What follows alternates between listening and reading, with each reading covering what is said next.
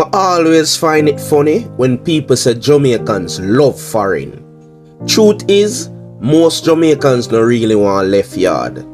It's not the call, it's not the accent, it's not even the money like people think. It's the chance.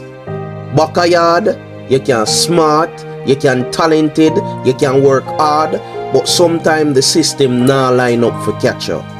So when Jamaicans go foreign, it's not because them love foreign so much. It's because foreign give them space for try. That's why every Jamaican abroad reach one point where them start reason like, alright, how me can take all of this and bring it back a yard? Because deep down, home still feel like home. Jamaicans no run from home.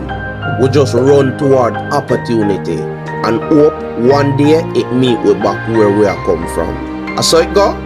You tell me. Big up yourself.